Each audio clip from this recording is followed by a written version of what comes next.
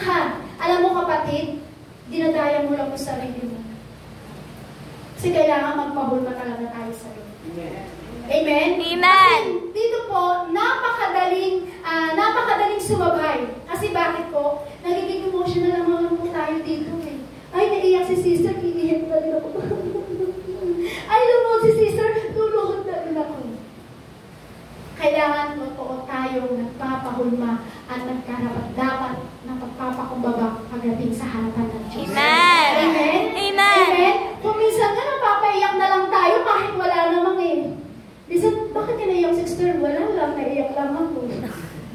Huwag ganun kapatid. Amen? Amen. Pero alam niyo po, kahit nag-iisa ka at kahit nag-iisa ka at nakukuha mong mag-worship pagdating sa tahanan mo at naiiyak ka, ibig sabihin may totoong pusong basag ka sa Lord. Uulitin ko po. Kapag sa tahanan mo, hindi mo makuwang mag-pray, hindi mo makuwang umiyak, hindi mo makuwang mag-worship, pagdating doon sa nag-iisa ka sa tahanan mo, ibig sabihin dinadaya mo lang yung sarili mo. Pero pag nandito ka sa church, kuwang-kuwa mo kaagad umiyak, nakakakuha kaagad ng iyak, alam mo kapatid, emotional lang yan. Amen? Kasi ang totoong nakakaiyak sa harapan ng Diyos, yung merong basag na puso pagdating sa Lord. Amen? Amen po? Amen. Kasi sister, dito sa church, naiyak kasi, katabi ko umiiyak eh. Nakikigaya ka lang kapatid. Kailangan totoong nagpapahulma ka sa Lord. Totoong nagpapakumbabat at mapagtapat pagdating sa harapan ng Diyos. Amen? Amen? Amen. Kasi sa iyong katabi, huwag kang maging emotional lang. Huwag kang maging emotional lang. Balik po tayo kay King David po. Di ba si King David po, nagkasalat po siya kay Bathsheba. Sinubukan po ni King David magtago po sa ating Panginoon Jesus. Pero alam niyo po ano po ginawa po ng ating Panginoon Jesus kay King David? In-expose po siya. Amen po? Amen. In-expose po si King David. Kaya kailangan kapatid magpa-expose ka din sa ating Panginoong Jesus. Amen? Amen. Kailangan po yan. Every time na ikaw hinuhulma ng ating Panginoong Jesus, kailangan tayo ay magpakumbaba pagdating sa Lord. Kasi bakit? Sabi po dito, sabi po dyan, the offering and sacrifice that God wants are our broken spirit and contrite heart. Sabi po dyan, kasi kailangan lahat po tayo naglilingkod. Sino po dito ang naglilingkod sa Panginoon? Alam niyo po ang katotohanan? Sa Biblia po kasi, kapag nagsasabi lahat po tayo ay nangangaral, lahat po tayo ay naglilingkod sa Panginoon. Kasi pwede ka naman talaga mangaral na hindi basag ang puso mo. Tama po ba? Amen. Amen. Pwede kang magturo, pwede kang mangaral, pwede kang mag-opening sa harapan ng Diyos, pero hindi naman basag ang puso natin. Alam niyo po, meron po yun. Lahat po tayo kailangan pagdating sa harapan ng Diyos, kailangan tayo po ay basag na puso. Kahit sumasayaw ka, dapat basag ang puso mo sa harapan ng Diyos. Amen. Kahit tumutugtog ka, kahit nangangaral ka, kahit umaawit ka sa harapan nito, kahit mag-worship ka sa harapan ng Diyos nito, kailangan basag ang puso mo. Yan ang gusto ng offering ng ating Panginoong Jesus. Amen. Amen? Amen. Ginagawa po natin yung Panginoon. Ginagawa natin yan sa Panginoon para tayo ay naglilingkod. Pero alam niyo pa, pag hindi nyo ginagawa yan, hindi basag ang puso mo kapatid. Amen po? Amen. Kasi hindi ka pwedeng maglingkod na hindi basag ang puso mo. Amen. Naglilingkod ka lang na punong-puno ng bitterness. Sabi mo sa katabi mo, may bitterness ka ba? May bitterness ka ba? Kasi pag may bitterness ka, hindi nagkakalugod-lugod ang yung offering mo. Kasi sabi ko dyan, the offering and sacrifice, kailangan may sacrifice ang ating paglilingkod pagdating sa Panginoon. Amen? Amen. Amen po? Amen. Kasi alam niyo po, ang prayer ko po kasi sa sarili ko po, ganito po yan eh. Alam niyo po, ang dami-dami po kasi nangyayari sa buhay po natin, pero kailangan maraming pagkukulang tayo sa Panginoon. Pero alam niyo po, dapat sa sarili natin, ang dami-dami din natin dapat paayos sa Lord. Amen po? Amen. Marami tayong pagkakamali na kailangan natin ipaayos at pabasag sa ating Panginoon Jesus. Amen. Kasi kailangan gusto na Lord basag na puso. Amen. Amen? Kasi bakit? Sa tingin mo kasi, madalas sa sarili mo, akala mo, okay na yung paglilingkod mo, okay na yung ginagawa mo, hindi. Kailangan basag pa rin ang puso mo sa harapan ng Diyos. Amen? Amen. Minsan pumupunta tayo dito sa loob ng church. Minsan, mabuti po yun, pupunta po tayo sa church. Pero kailangan habang ikaw ay nagbugagiling, habang ikaw pupunta sa church, kailangan basag ang ating puso. Amen? Hindi tayo nakadepende sa mga bagay na ginagawa natin sa ating buhay. Amen po? Amen! Kita mo na yung mga twinkle eyes mo. Amen? Gulat kayo, nagsalamin na ako, no? Nakikita ko sa twinkle star. Yeah. Nadilat sila lahat. Amen? Yeah. Kasi seryoso yung ating pag-aaralan. Hindi tayo lagi nagpapatawa. Kailangan lagi tayo dapat kung anong pinag-aaral natin sa Lord. Amen? Sana'y kayo na nagpapatawa kami ni Pastor Hindi. Kailangan minsan seryoso yung ating usapan kasi ang pinag-uusapan nito about sa offering kung paano magiging basag ang puso natin. Amen? Amen? Amen po? Kasi kailangan sa gabi nito dapat mayroon tayong basag na puso pagdating sa harapan ng Diyos. Pag pumupunta ka sa church, kailangan basag ang puso mo sa harapan ng Diyos. Amen po? Kasi kailangan po yan. Kasi kung titignan po natin talaga ang buhay natin, ay talagang napakalaking pagkukulang natin sa harapan ng Diyos. Amen? Amen! Kaya tignan niyo po meron po isang istorya po dito sa Biblia, bibilisan ko na lang to.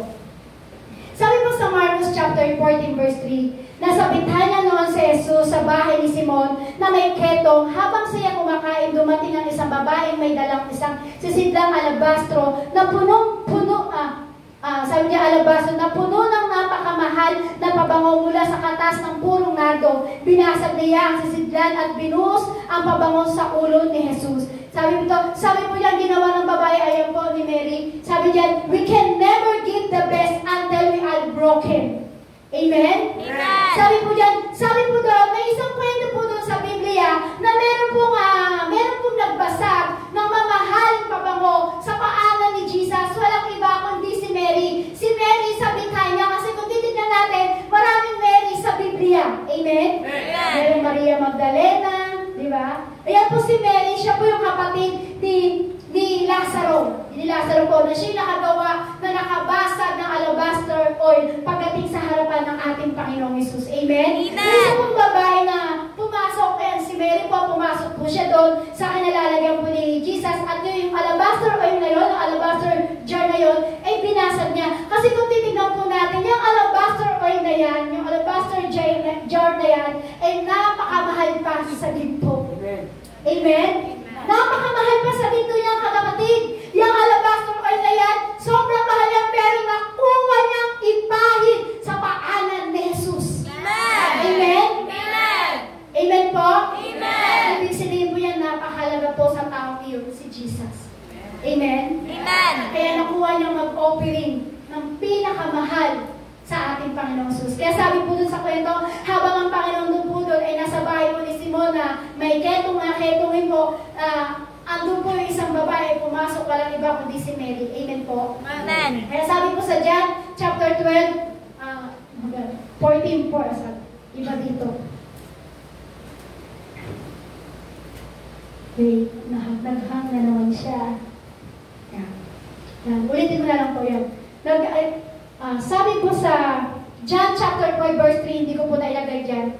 Kumuha naman si Maria ng isang bote na mamahaling pabangong galing sa katas ng dalisay na nardo at ibinuhos sa paa ni Jesus. Pagkatapos, pinunasan niya ang mga ito sa kanyang buhok at napuno ng buong bahay ng halimuyak na pabango. Yung pinakamahal na pabango na po na yung kasi, pakibalik na rin po. Yung pinakamahal na pabango na po yung kasi, alam niyo po ba, yung pinakamahal na pabango na yan, ipinahid niya at binasag niya sa pahanan ng ating Panginoon. Ibig sabihin, napakahalaga sa kanya ng taong iyan. Amen?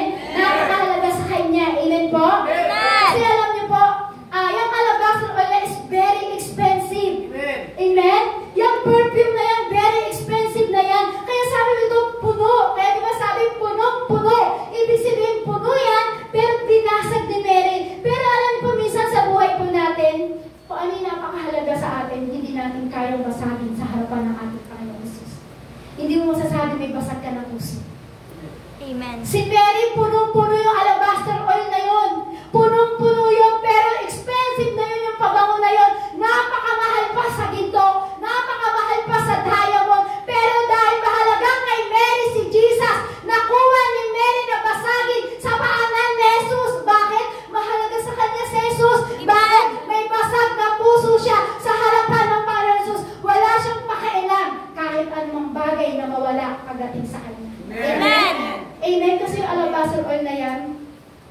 lang po, minsan, yung alabaster oil na yan talagang minsan napaka-halaga po talaga kay Mary yan. Kaya lang po, minsan nagbibigay tayo sa Panginoon, hindi puno. Kaya kung bakit sinasabi na Lord, ang offering natin ay hindi nakalulugo.